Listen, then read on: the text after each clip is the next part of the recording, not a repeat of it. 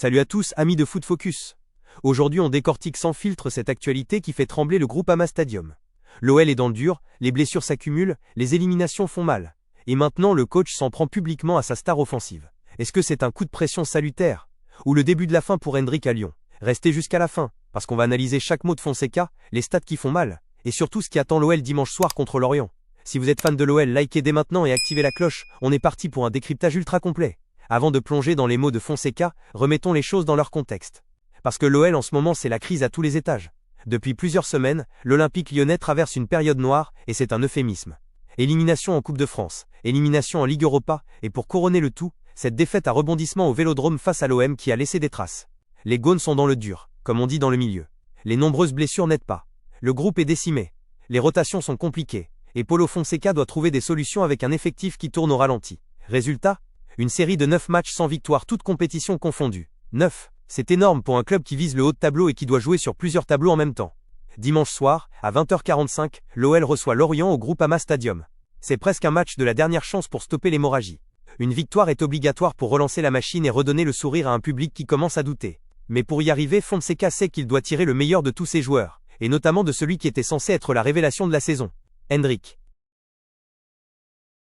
Zoom sur le jeune Brésilien. Arrivé à Lyon avec l'étiquette de grand espoir, Endrick a connu un début prometteur, avant de rentrer dans le mur. En 18 matchs toutes compétitions confondues, il affiche 6 buts et 5 passes décisives. Sur le papier, ça peut sembler correct. Mais quand on regarde de plus près, c'est beaucoup plus inquiétant. En Ligue 1, il n'a plus marqué depuis le 25 janvier contre Metz. Ce jour-là, il avait d'ailleurs inscrit ses 3 seuls buts en championnat. Depuis, plus rien, 0. Sa dernière réalisation toute compétition confondue remonte au 12 mars contre le Celta Vigo en Coupe d'Europe. Et encore c'était il y a presque un mois. Le plus alarmant ce ne sont même pas les stats bruts. C'est surtout son jeu, ses choix, sa prise de décision dans les derniers mètres qui interroge. Endrick semble fatigué, moins tranchant, moins décisif. Il paye clairement le fait d'avoir passé un long moment sans jouer avant d'arriver à Lyon. S'adapter à un club qui dispute 3 matchs par semaine, avec l'exigence permanente du haut niveau français et européen, ce n'est pas une mince affaire pour un jeune qui sort tout juste de la formation. Et pourtant, l'OL a besoin de lui à 100%. Parce qu'en ce moment, l'équipe est dépendante de ses éclairs de génie. Mais ces éclairs se font de plus en plus rares. Et c'est là que Paulo Fonseca est entré en scène ce vendredi. En conférence de presse, le technicien portugais n'a pas mâché ses mots. Il s'en est pris froidement à Endrick. Écoutez plutôt. Je ne suis pas satisfait du jeu d'Endrick. Il était fatigué de son voyage pour sa sélection avec le Brésil.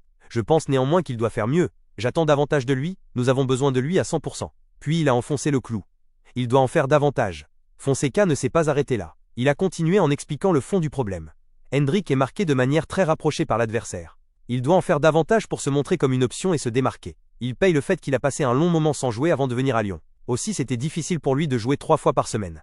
Le coach a même élargi le discours en parlant d'un autre jeune, Afonso Moreira, qui était encore en 3e division portugaise la saison dernière. En ce moment, nous sommes dépendants d'un joueur qui était en 3e division portugaise la saison dernière.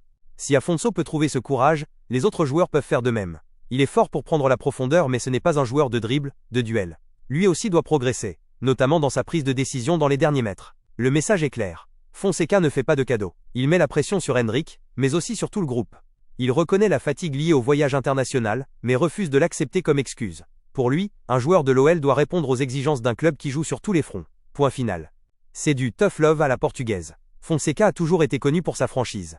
Mais là, en pleine crise, pointer publiquement du doigt l'un de ses attaquants les plus prometteurs, c'est risqué. Est-ce que ça va motiver Endrick? Ou au contraire le fragiliser encore plus? Les prochains jours vont être décisifs.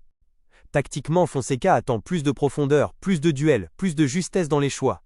Endrick est fort pour prendre la profondeur, c'est vrai. Mais dans un jeu plus resserré, face à des défenses qui le marquent au fer rouge, il doit apprendre à dribbler, à créer des différences autrement. Le coach l'a dit, il n'est pas encore habitué à l'exigence permanente d'un club comme l'OL.